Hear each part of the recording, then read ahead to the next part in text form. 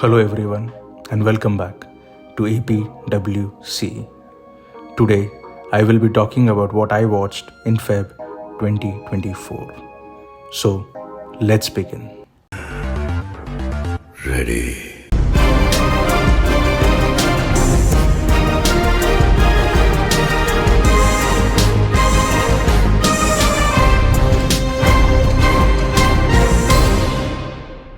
The Beekeeper. Jason Statham is back in action after the mediocre action flick Expendables 4. Being a huge fan of Statham since Transporter and Death Race, this film feels like an ode to what Statham can do with a serious face, zero expressions, and some kick-ass action. The director David Ayer David Ayer has done a great job. For anyone who isn't familiar with his work, he has directed some cool films like Fury, Suicide Squad, and Bright. This film has its flaws, especially with the characterization of the cops, but I enjoyed it and that's what matters. और इसके बाद मैंने देखा Sapne Vs Everyone Season 1. I have said this before and I'll say it again, TVF never disappoints. आपने कहा था. Amrish Verma, kindly bow down as you have created a show about millions who dream but are unable to fulfill it. This is what Tamasha ideally was all about if it had a singular straight narrative. The writing is flawless and the best part is it takes away your predictability skills, leaving you surprised at all times. A special mention for the dialogues which are hard-hitting and realistic. A major shout out to Paramveer Chima. The way he has acted throughout the show makes me question what kind of talent are we still hiding in this mainstream world of cinema. और हाँ, जाने से पहले एक बात, उम्र भर ख्याली भूतों से अगर मैं ना डरता, खुदा मैं क्या जोर से जीता, खुदा मैं क्या चैन से मरता. जिंदगी भर किया इंतजार, होगा मेरे साथ भी कुछ चमत्कार, पर जिंदगी का मेरी कुछ ना बना. मैं खटखटाता रहा, किस्मत मुझे करती रही मना. मैं खटखटाता रहा, किस्मत मुझे करती रही मना, पर चमत्कार हुआ तब, जादूगर जब मैं खुद बना. Next I watched society of the snow और La Sociedad de la Nieve. This movie is based on the Uruguayan 1972 Andes flight disaster. And if you're planning to watch this film, then do yourselves a favor and don't read about it. Each and every scene in this film is a masterclass on how a survival thriller film should be made. The way they have showcased the pain and grief of the survivors on the chilly Andes mountain for a period of 2.5 months is jarring at times. Spoiler alert. Kindly jump to the next timestamp in 3, 2, 1. The info that out of 45 passengers, only 16 had managed to survive at the end is the highlight of this film.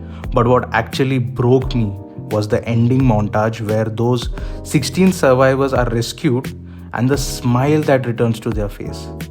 That smile is nothing but a prize for their faith, courage, hope, and the fighting spirit because of which they survived.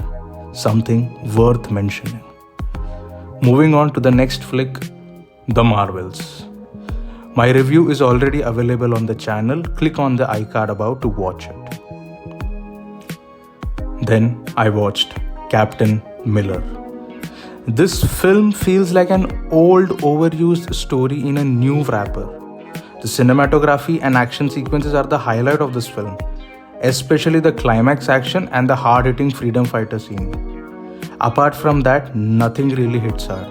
The caste system narrative is too old and Dhanush himself has done countless of those.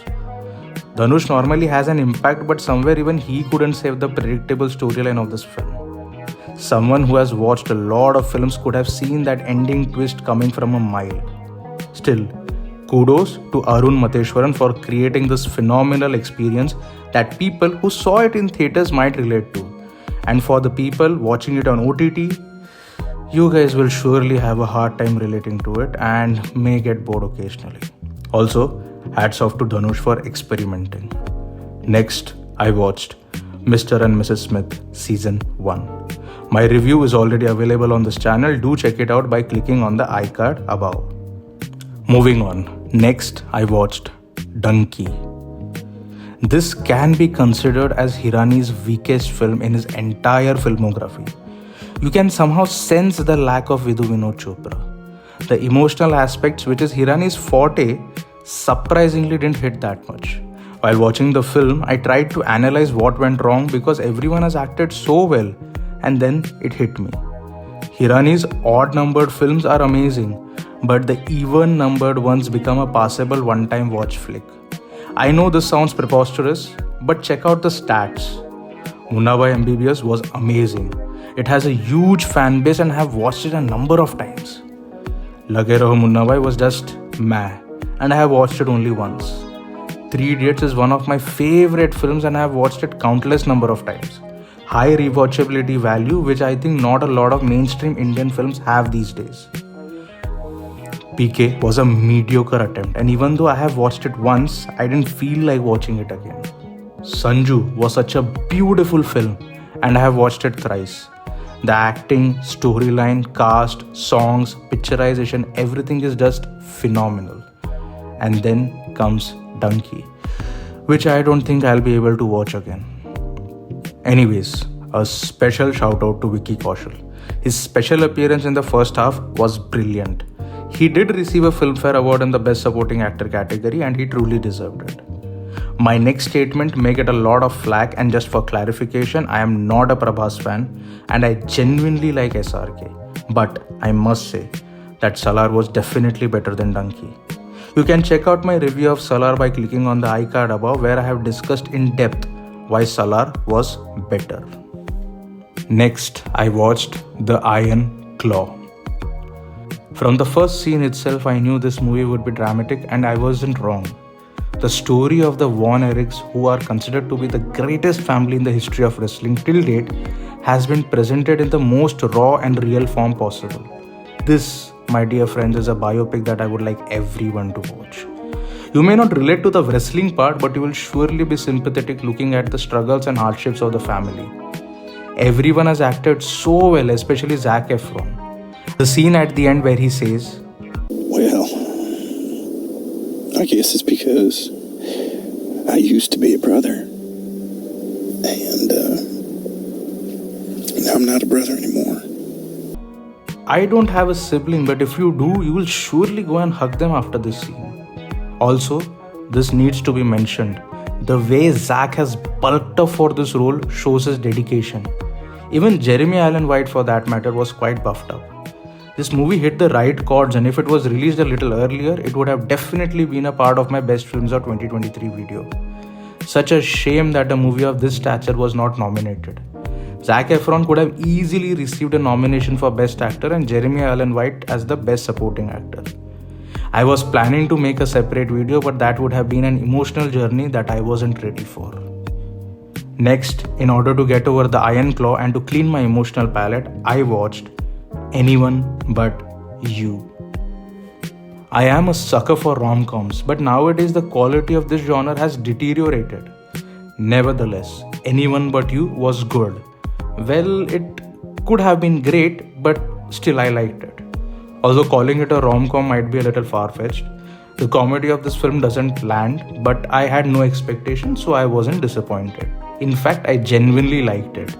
I had my doubts about the pairing, but Glenn Powell and Sydney Sweeney were successful in creating magic. Made on a budget of $25 million, it has successfully grossed $189 million. But I'll be honest, I had two reasons to watch this film: my love for rom-coms and Sydney Sweeney. Yes, I am a proud member of the Sydney Sweeney Simp Association.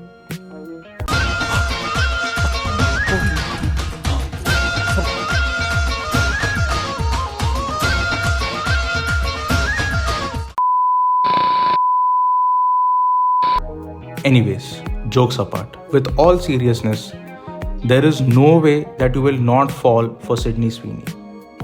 I became a fan of her since I watched Euphoria, and she had actually showed her acting skills in season 2.